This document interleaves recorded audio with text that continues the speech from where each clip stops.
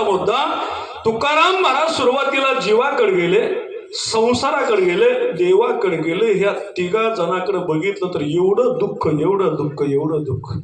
महाराज म्हणले इतक्या लांब फिरून आलोय, बस आता कोणाच्या सुद्धा दारात जायचं नाही. संतांच्या दारात आले आणि संतांना सांगायला सुरुवात केली, इथपर्यंतचा प्रवास केला पण मला कुठेही सुख मिळालं नाही. आता मी तुमच्या दारात आलोय. आता तुम्ही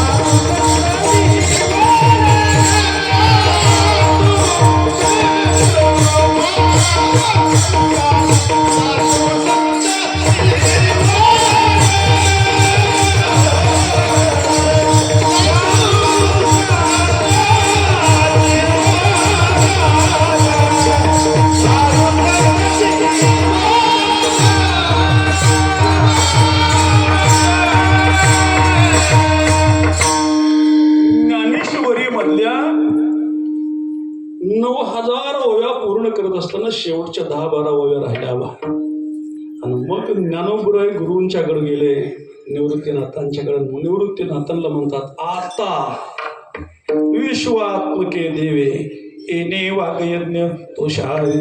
एवढी ज्ञानेश्वरी लिहिली मी, आता मी ज्ञानेश्वरी लिहून परिपूर्ण केली. मला आता प्रसाद पाहिजे. काय प्रसाद पाहिजे? संत कृपावंत असतात. अध्यात्माच्या शास्त्रामध्ये 3 शब्द अतिशय महत्वाचे आहेत: दया, करुणा आणि कृपा. हे तिन्ही भावभावच आहेत, पण ह्याच्यामध्ये घोळ आहे जरा. दया वेगळी आहे, करुणा वेगळी आहे आणि कृपा वेगळी आहे. अगदी एका मिनिटामध्ये यातनं बाहेर निघून घेऊन जातो तुम्हाला. दया कोणाला म्हणायचं? दुःखी जीवाचं दुःख बघितल्यानंतर अंतःकरणामध्ये निर्माण होणारी जी भावना आहे त्याला दया म्हणायची. जैसा कळवळा निज स्वार्था तैसाची अनाथ भूता आणि ती नाव परम कारुण्य कथा जाण तत्वता उद्धवा दयार नवे द्रवली दृष्टी तन मन धन वेचुनिया गोटी अनाथावरी करुणा मोठी उद्धरी संकटी दिनाते असं म्हटलेलं आहे. दया दुसऱ्याचं दुःख बघितलं की आपल्या अंतकरणामध्ये कालवा कालव होणं याला दया म्हणायचं आहे. करुणा हा शब्द त्याच्या पुढचा आहे. करुणा म्हणजे काय? त्या जीवाचं दुःख बघितल्यानंतर अंतकरणामध्ये तर आपल्या दया निर्माण झालीच, करुणा निर्माण झालीच, पण त्याचं दुःखाची भावना निर्माण झाल्यानंतर त्याला प्रयत्न करणं याचं नाव करुणा आहे. तिन्ही शब्द लय महत्वाचे आहेत. दया वेगळी, करुणा वेगळी, आणि त्याच्या पुढचा शब्द आहे कृपा. कृपा हा शब्द अतिशय महत्वाचा आहे. कृपा हा शब्द त्याच्यानंतरच आहे. कृपा असा आहे, अंतकरणामध्ये दया तर निर्माण व्हायलाच पाहिजे. दुःखी जीवाला बघितल्यानंतर त्याचं दुःख निवारण करण्याचा प्रयत्न झालाच पाहिजे, पण त्या दुःखामधून त्याचं भलं कसं होईल अशा प्रकारच्या दृष्टीनं त्याच्याकडे पाहणं याचं नाव कृपा आहे. म्हणून ज्ञानोबा लिहितात कृपा कटाक्ष न्याहाळले आपुल्या पदी बैसविले असं म्हटलेलं आहे.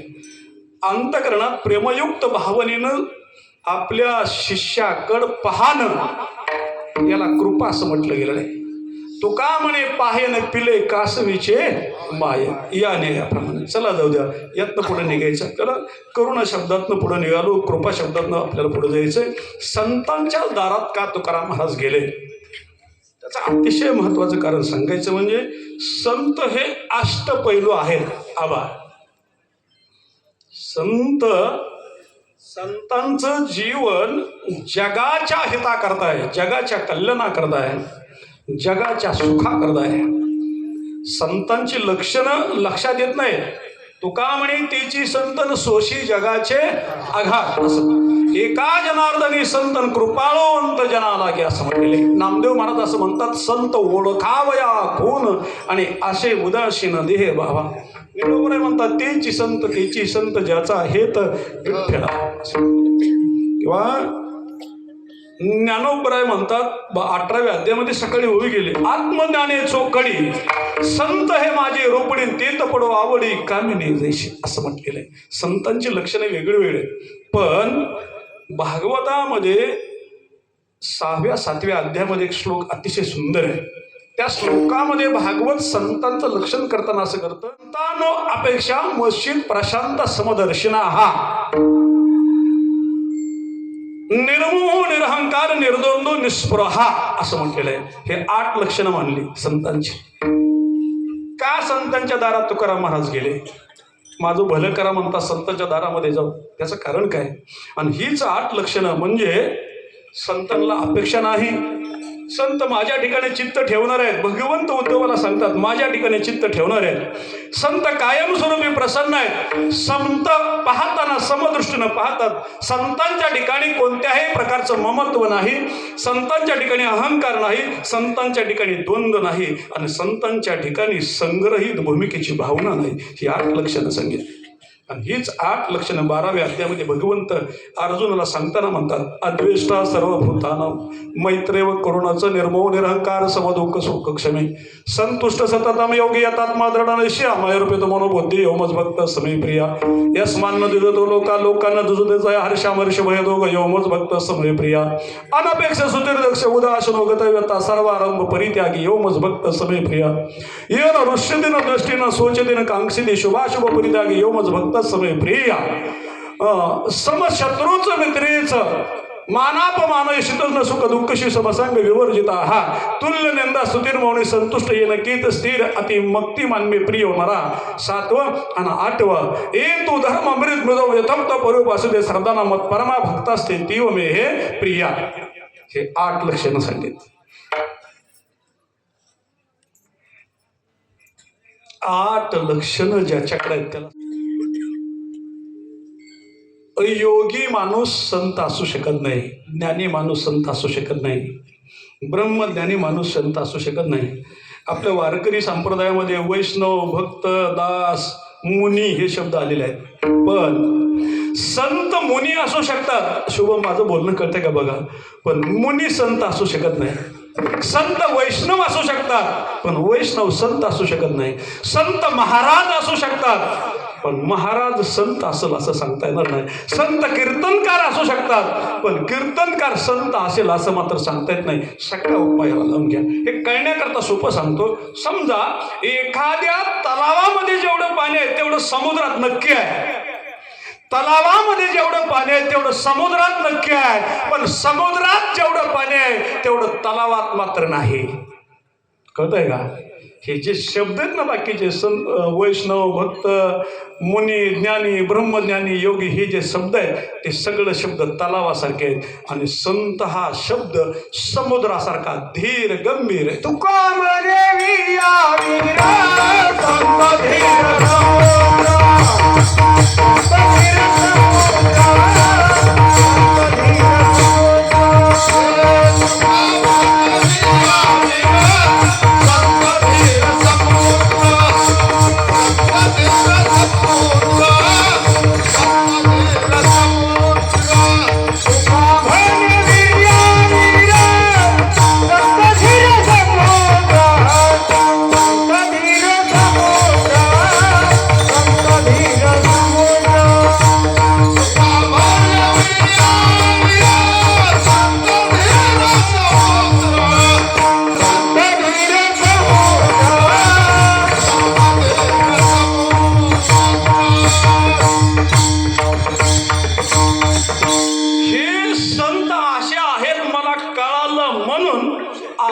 तुमच्या दारात आलोय. आता या शब्दाकरता कृपा या शब्दाकरता संतांच्याकडे का तुकाराम महाराज गेले त्याच्याकरता बोलतोय. चला जाऊ द्या. कितीही चिंतन करत बसलो तर संत हा विषय न समजणारा न समजू शकणारा अशा प्रकारचा आहे. संतांच्या दारात जायचं म्हटलं तर एक तर संतांची भेट होणं अवघड की हा पुन्हा भानगडी बऱ्याच बाल्या जातात. चला जाऊ द्या. संत एवढे मोठे आहेत हे मला कळालं म्हणून मी संतांच्या दारात आलोय आणि त्यांना प्रार्थना करतोय. काय गोमटे ते करा माझे भार ओझे तुम्हाशी. संतच बापू एक जाता जाता शब्द सांगून जातो. या विश्वामध्ये मनुष्य म्हणून जन्माला आल्यानंतर माणसाचं कल्याण करावं असं वाटत असेल तर ते फक्त आणि फक्त संतांनाच वाटतं. आणि ज्या विश्वामध्ये संत सोडले ना कुठंही गेला तरी तुमचं कल्याण करणारे हित करणारे भले करणारे देव जरी असला आणि देवाचा बाप जरी असला तरी तुमचं हित ते करू शकत नाही, कल्याण करू शकत नाही. कल्याण केलं हित केलं तर संतच करू शकतात. म्हणून तुकाराम महाराज संतांना प्रार्थना करताना म्हणतात गोमटे ते करा माझे भार ओझे तुम्हासे विठोबा.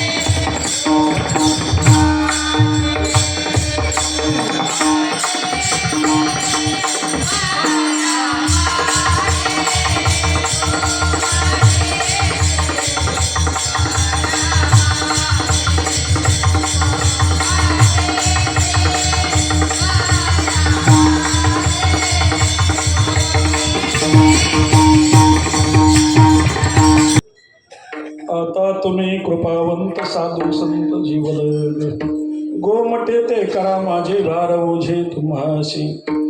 देव निष्ठुर आहे असं म्हटलेलं आहे. पुण्यवंत पाताळ लोकी नेला दरिद्री तो भाग्यवंत केला. चोरट्याचा बहुमान वाढविला कीर्तिवानाचा अपमान केला. जनाबाई सांगते तुकाराम महाराजांचा अभंग सांगून गेलो. ज्ञानोबराच्या अभंगाची सुरुवात केली.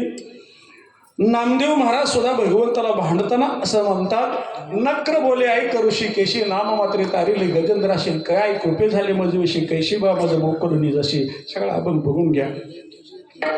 असा आहे जगामध्ये भलं करण्याचं सामर्थ्य फक्त संतांच्याकडे आहे. माणसाचं भलं करता त्याच्यामध्ये नवल नाही.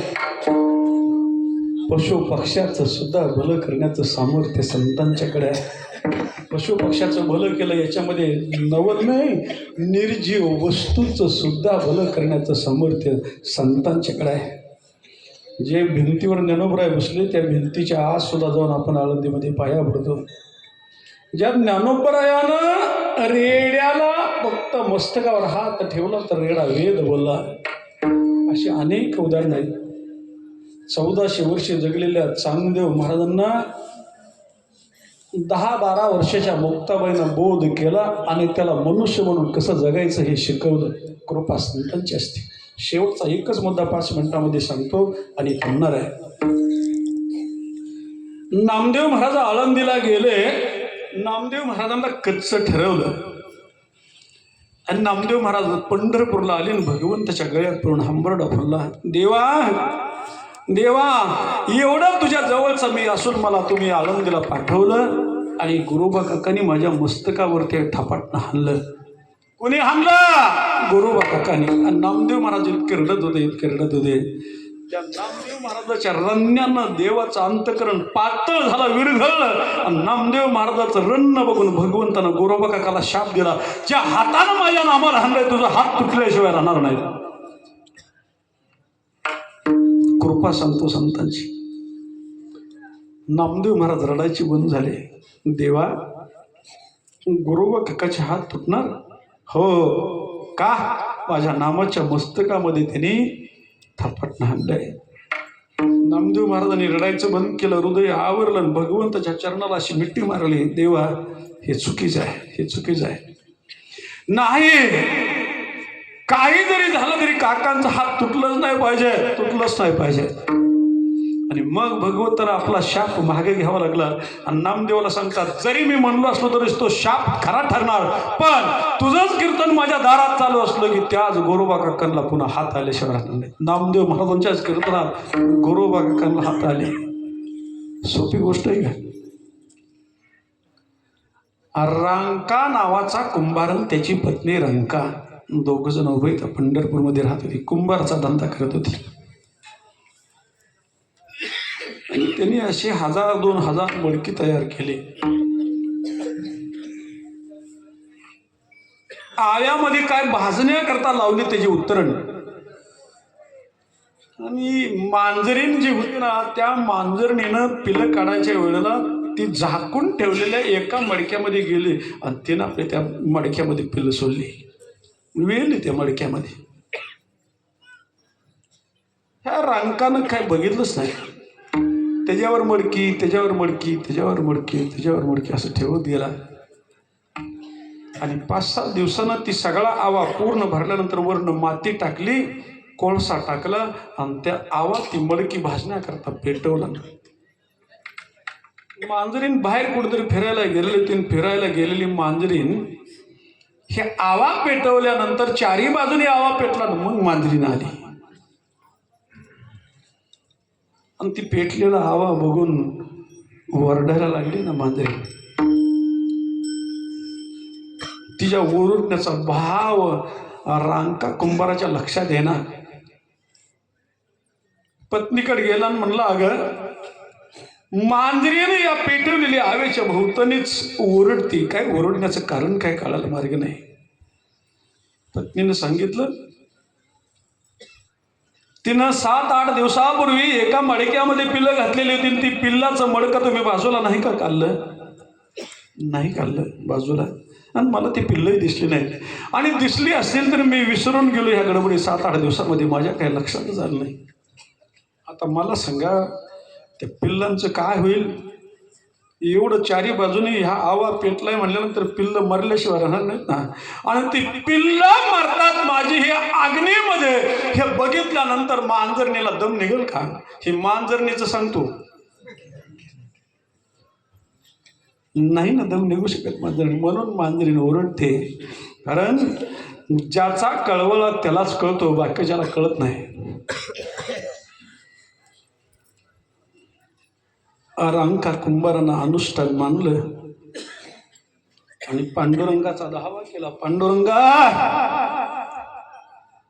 आतापर्यंत केलेला जर परमार्थ खरा असेल तर ह्या आव्यात ज्या गाडग्यामध्ये ह्या मांजरणीनं पिलं घातली तशीच्या तशी पिलं राहिली पाहिजेत. इथून पुढं मी प्रपंच करणार नाही, संसार करणार नाही, केलं तर फक्त तुझं भजन करेन, पण पिल्लं जशीच्या तशी राहिली पाहिजे. बापू 15 दिवस आडा आवासा धाड धाड धाड जळत होता. आणि पाटील 15 दिवसानंतर आवाज शांत झाला.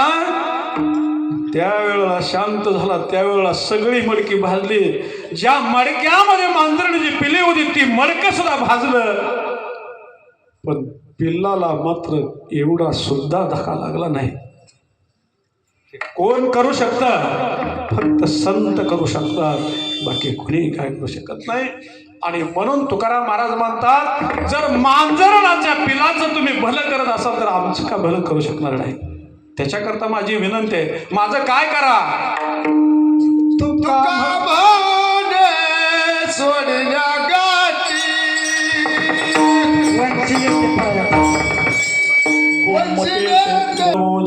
तुम्हाशी माझं काय करा, माझं भलं करा, माझं चांगलं करा. कोणत्या संतांच्याकडे तुकाराम महाराज गेलेत असा ज्यावेळेला विचार केला जातो त्यावेळेला तुकाराम महाराजांचं बोलणं नेहमी ज्ञानोबरायला, निवृत्तीनाथांना, मुक्ताबाईला, सोपान काकांना समोर ठेवून बोलणं असतं. इतरांच्याकडे बोलणं नाही तुकाराम महाराजांचं. ज्ञानोबरायच्या दारामध्ये जाऊन ज्ञानोबरायला म्हणतात, ज्ञानोबराय माझं भलं करा, कारण तुम्ही रेड्याचं भलं केलंय, भिंतीचं भलं केलंय, अनेक लोकांचं भलं केलंय. आळंदीवरनं नेवाशाला गेले, नेवाशावरनं महागार येत असताना चाकणला ज्यावेळेला गेले त्यावेळेला चाकणला महिपती पाटील होते राहणारे. त्या महिपती पाटलांची मुलगी कराडला दिली होती, रामराव पाटलांच्या. महिपती पाटील वारकरी, पण ज्या घरी मुलगी दिली ती घर मात्र भगवंताचं नाव सुद्धा काढत होतं. त्यांना एकादशी कळत नव्हती, त्यांना चतुर्थी कळत नव्हती, त्यांना काही कळत नव्हतं. पण महिपतरावांनी मुलगी श्रीमंत घराणा म्हणून दिली, पण खूप वाईट वाटायचं. नेमकं येता येता चाकणचा मुक्काम त्यांच्या घरी पडला. आणि ज्ञानोबरायला प्रार्थना केली, तेवढं मुलीच्या घरी कधी गेला तर बरं होईल, त्यांचा उद्धार आहे. कराडला गेले ज्ञानोबराय, तिथं 7 दिवसाचा सप्ताह होता. नामदेव महाराजांच्या बरोबर ज्ञानोबराय नामदेव महाराज मुक्कामाला होते. त्या कराडच्या सप्त्यामध्ये त्या कराडच्या रामराव पाटलाची मालकीन दररोज कार्यक्रमाला यायची सप्त्यामध्ये. ज्ञानोबरायला नामदेव महाराजांना बघितलं की तिचं अंतकरण भरून यायचं. कारण जगाचा बाप आपलं भलं करणार नाही, केलं तर संतच आपलं भलं कर देईल. गाली संताशी आसने पूजा करी काया वाचा म्हणे, एका जनार्दनी जाणे इच्छिले ती पुरवी. म्हणून एके दिवशी सप्ताह चालू असताना तिच्या मुलाला ताप आला. नुसता ताप आला नाही तर ती आलेला ताप आणि त्या तापाच्या जोरामध्ये मुलानं डोळे मिटले. पण कुठंतरी ऐकलेलं होतं, महाराजांनी सांगितलं की ज्ञानोबरायांनी नेवाशामध्ये खांबाला टिकून बसले असताना अंत्ययात्रा चालल्यानंतर त्या ज्याची अंत्ययात्रा चालली होती त्याच्या मालकीनेला आशीर्वाद दिला, सौभाग्यवती भव. हे त्या कराडच्या पाटलाच्या मालकीने ऐकलेलं होतं. हंबरडा फोडायला लागलं, राजवाडा सगळा दुःखानं भरून गेला, अख्खं गाव कराड दुःखानं भरून गेलेलं होतं. पाटलाचा मुलगा गेला, पाटलाचा मुलगा गेला, पण पाटलाची मालकीन जिचं नाव सीता आहे, महिपतराव पाटलांची चाकणच्या मुलगी कराडमध्ये रामराव पाटलाला दिलेली. तिनं मालकाला सांगितलं, अहो शेवटचा आपण प्रयोग करायचा काय? जे इथं ज्ञानोबराय नामदेव महाराज आलेत ना, त्याच ज्ञानोबरायानं मेलेला माणूस अंत्ययात्रा घेऊन चालल्यानंतर 20व्याला टेकोला त्यावेळेला जिवंत केलाय. कदाचित ज्ञानोबरायांना जर घरी आणलं तर ते ज्ञानोबराय आपल्या मुलाला जिवंत केल्याशिवाय राहणार नाही. कराडचा पाटील कधी वारकऱ्याच्या पाया पडत नव्हता, वारकऱ्याच्या जवळ जात नव्हता, पण मुलाच्या मोहापायी गेला नामदेव महाराजांचं पाय धरलं, ज्ञानोबरायांचं पाय धरलं, घरी बोलावून आणलं. हे सगळं दुःख अख्खं गाव हंबरडा पडत होतं. मुलगा असा झोपवलेला होता. कराडच्या पाटलाच्या मालकीनीनं ज्ञानोबरायांचं पाय धरलं. म्हणतात मेले माणूस जितविट विल वेल काळा ते ग्राशी कैसा वासुदेव बोलतो बोल बाळापोटी माहेर गेल मेले माणूस जिथं उठविल वेळ काळा ते ग्राशील गाय. ज्ञानोबराय म्हणले ते काही सांगू नका, पण मुलाचं नाव काय? त्याने सांगितलं मुलाचं नाव आनंदराव आहे. बसलेल्या जागेवर ज्ञानोबरायनं आवाज दिला, आनंदराव, तुम्ही आनंदराव आहे आणि हे गाव सगळं दुःखात कसं काय तुम्ही आनंदराव घालताय? आनंदराव आबा उठून बसले. याला म्हणायचं संतांची कृपा. ज्ञानोबरायचं चरित्र बघून घ्या.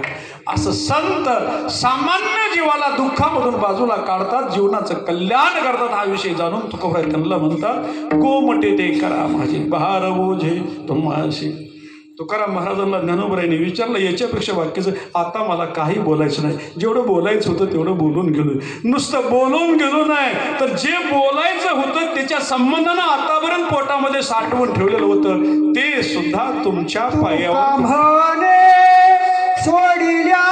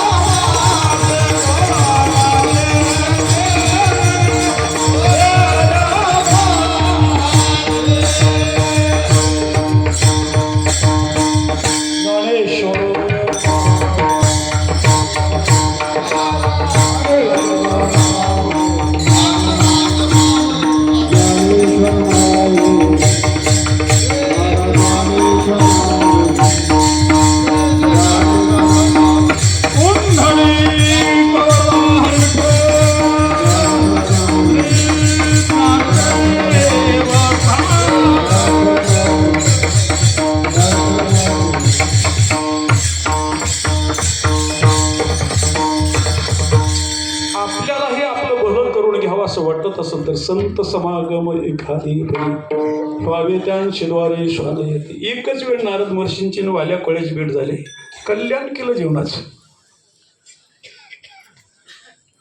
नकर आणि गजेंद्राचं भांडण लागलं. 1000 वर्ष नकरानं गजेंद्राचा पाय धरला. 1000 वर्ष. नकराला माहित होतं गजेंद्र देवाचं नाव घेणार आणि देव ह्याला नेहायला येणार. मला एक कळत नाही, 1000 वर्ष नुसतं टांगडं धरून बसलं ते. त्यानं बुडवून मारलं असतं ना त्याला, पण मारलं नाही. त्याला माहित होतं ह्याच्याकरता जगाचा बाप येणार आहे आणि ह्याच्याबरोबर आपलं सुद्धा साधून घेतलं पाहिजे. नक्र गजेंद्राबरोबर वैकुंठामध्ये निघून गेलं. आता मुद्दा असा आहे, संतांच्या संगतीमध्ये जीवनाचं बळ होतं. चिंतन करत असताना मुखामधून जे योग गेलेलं असतं ते भगवंताच्या कृपेचं, ज्ञानोबरायांच्या कृपेचं, श्रीमंत जगद्गुरु तुकोबरायांच्या कृपेचं.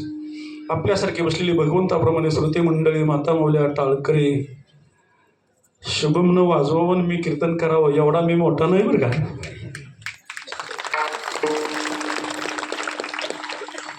आणि